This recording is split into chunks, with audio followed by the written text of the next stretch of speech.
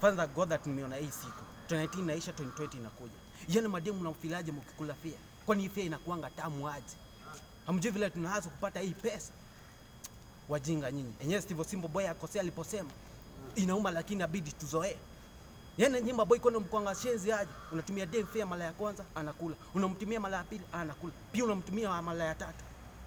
Yaani kitu maboy unishangaza ni unatumia dem fare akuje kwako. Sisi tunaongea mambo ya future, sisi tunaongea mambo ya kuweka biashara, sisi tunaongea mambo ya vile mnaweza anza biashara kwa sababu Kenya kazi hakuna. Yaani unamtumia fare juu ya toa asubuhi unampea fare anarudi. Wajinga nyinyi. Yaani unakuta dem, unapigia dem ati akuje dina, unampigia simu akuje dina. Hazi kuja peke yake, anakuja na kina waangashi lo. Analiaka na wao wengine na atieno. Wanakuja madem ni sana mzima kama amechukua madem plot mzima.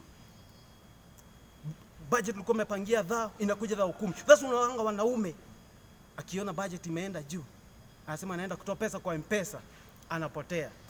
Wajinga nyinyi. Yaani unakuta madem anasema hata Kevu, cause Kevu anadu. Anaenda kwa sponsor.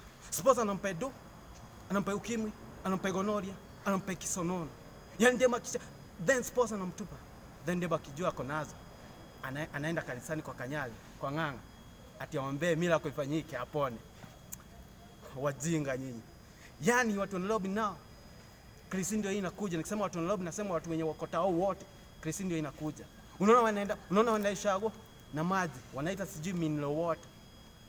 Ati wawezi kunywa maji ya boho. Na hiyo ndio wazazi wao wanakunywa. Hiyo ndio wamelelewa nao, ndio walikuwa wanakunywa tangu wakiwa watoto hawakukufa. Wajinga nyinyi. Thank you.